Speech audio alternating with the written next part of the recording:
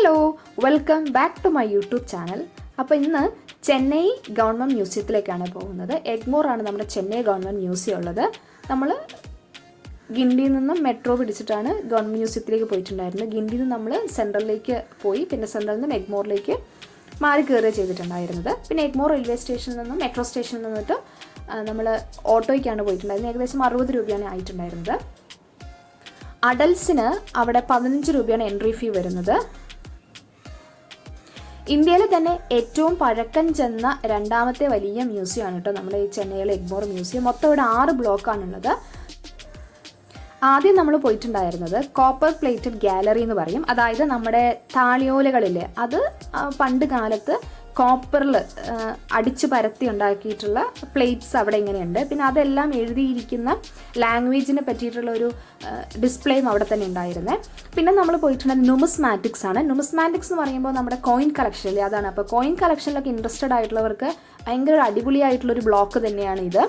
ഇവിടെ ഏറ്റവും ഇൻട്രസ്റ്റിംഗ് ആയിട്ടുള്ളൊരു സംഭവം എന്ന് പറയുന്നത് നമ്മുടെ പഴയ കാലത്ത് യൂസ് ചെയ്തിട്ടുണ്ടായിരുന്ന കോയിൻസ് കുറേ പല ഷേപ്സ് ഉള്ളത് അവിടെ ഉണ്ടായിട്ടുണ്ട്. അപ്പോൾ നമുക്ക് തോന്നും ഇതൊക്കെ പൈസയാണോ എന്ന് തോന്നിപ്പോകും കേട്ടോ.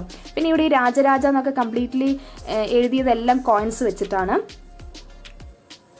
പിന്നെ കോയിൻ കളക്ഷനോട് ഇൻട്രസ്റ്റഡ് ആയിട്ടുള്ള എല്ലാവർക്കും തന്നെ മനസ്സിലാവാൻ വേണ്ടിയിട്ട് അവിടെ ഇംഗ്ലീഷിലും അതുപോലെ തന്നെ തമിഴിലും എല്ലാ കാര്യങ്ങളും വളരെ ഡീറ്റെയിൽ ആയിട്ട് അവിടെ ഡിസ്പ്ലേ ചെയ്തിട്ടുണ്ടായിരുന്നു. പിന്നെ ഇതിൻ്റെ തൊട്ടടുത്ത് തന്നെ നമുക്ക് ക്യാൻറ്റീനുണ്ട്.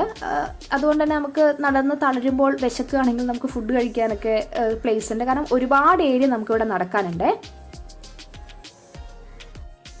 അടുത്തതായിട്ട് നമ്മൾ വിസിറ്റ് ചെയ്ത ബ്ലോക്ക് എന്ന് പറയുന്നത് ബ്രോൺസ് മ്യൂസിയത്തിൻ്റെ ബ്ലോക്കാണ്. ബ്രോൺസ് മ്യൂസിയമാണ് ഇവിടെ ഏറ്റവും സെക്യൂരിറ്റി കൂടുതലുള്ള ബ്ലോക്ക് എന്ന് പറയുന്നത്. നമുക്കിവിടെ ക്യാമറാസ് ഒന്നും അലൗഡ് അല്ല. അതായത് ഫ്രണ്ടിൽ പെർമിഷൻ എടുക്കണം നമ്മൾ സെപ്പറേറ്റ് ആയിട്ട്, എങ്കിലും മാത്രമേ നമുക്ക് ഇങ്ങനെ വീഡിയോസൊക്കെ എടുക്കാനായിട്ട് അലോ ചെയ്യുള്ളൂ.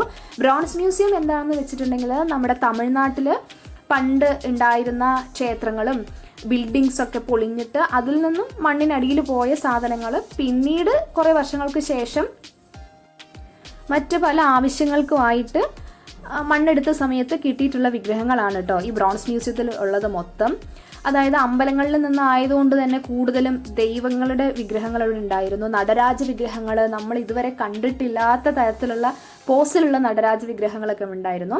പിന്നെ അതുപോലെ തന്നെ ഇൻട്രസ്റ്റിംഗ് ആയിട്ടുള്ള കുറേ ബുദ്ധൻ്റെ, സാധാരണ നോർമലി ബുദ്ധൻ്റെയൊക്കെ സ്റ്റാച്യു ഞാൻ കണ്ടിട്ടുള്ളതെന്ന് പറഞ്ഞാൽ ഇരുന്നിട്ടുള്ള നോർമൽ ആ ഒരു ബുദ്ധനെയാണ്. പക്ഷെ ഇവിടെ നിന്നിട്ട് പല പോസിലുള്ള ഇതൊക്കെ ആ ബുദ്ധൻ്റെ സ്റ്റാച്യൂസ് ആണ്.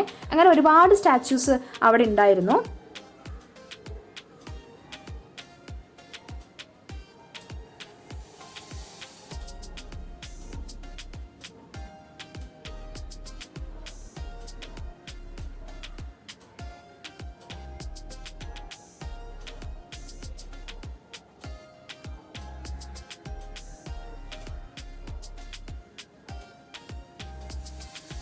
അതൊക്കെ കണ്ടിട്ട് പിന്നെ നമ്മൾ പോയിട്ടുണ്ടായിരുന്ന കുട്ടികൾക്കൊക്കെ ഭയങ്കര ഇൻട്രസ്റ്റിംഗ് ആയിട്ടുള്ള അനിമൽസിൻ്റെ ഒരു മ്യൂസിയത്തിലേക്കാണ്. അതായത് നമ്മുടെ മരിച്ചുപോയ അനിമൽസിനെ സ്റ്റഫ് ചെയ്തിട്ട് വെച്ചിട്ടുള്ളതാണ്. അത് അവിടെ സ്കിന്നും ഫെദേഴ്സൊക്കെ അങ്ങനെ വെച്ചുകൊണ്ട് അവരുടെ ഉള്ളിൽ എന്തൊക്കെയോ സാധനങ്ങൾ സ്റ്റഫ് ചെയ്ത് വെച്ചതാണ്.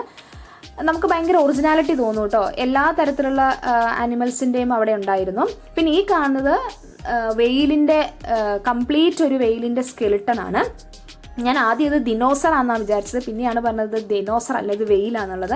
ഇതിൻ്റെ തൊട്ടടുത്തായിട്ട് തന്നെ ഈ കാണുന്നത് ഒരു കംപ്ലീറ്റ് ഇന്ത്യൻ എലിഫൻറ്റ്, ഫീമെയിൽ എലിഫൻറ്റിൻ്റെ സ്കെലിട്ടൺ ആണ്. അങ്ങനെ കുറേ ടൈപ്പുള്ള ആനിമൽസിൻ്റെ സ്കെലിട്ടൺസ് അവിടെ ഉണ്ടായിരുന്നു. പിന്നെ ഇതെല്ലാം ബേർഡ്സ് ആണ്. ഈ ബേർഡ്സിൻ്റെ എല്ലാം സ്കിന്നും ഇതുപോലെ തന്നെ അങ്ങനെ നിലനിർത്തിക്കൊണ്ട് അത് അവർ എന്തൊക്കെയോ സാധനങ്ങൾ സ്റ്റഫ് ചെയ്തിട്ടുള്ളതാണ് ഈ കംപ്ലീറ്റ് കാണുന്ന സാധനങ്ങളും.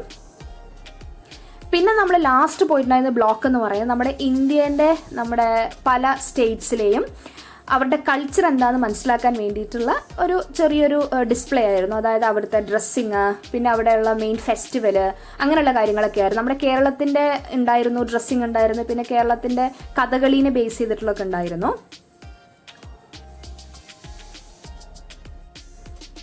അപ്പോൾ ഇന്ന് ഇത്രയാണ് എൻ്റെ വീഡിയോസ് എന്ന് പറയുന്നത്. അപ്പോൾ നിങ്ങൾക്ക് എൻ്റെ വീഡിയോസൊക്കെ ഇഷ്ടപ്പെടുകയാണെങ്കിൽ എന്തായാലും എൻ്റെ ചാനലൊന്ന് സബ്സ്ക്രൈബ് ചെയ്യണം.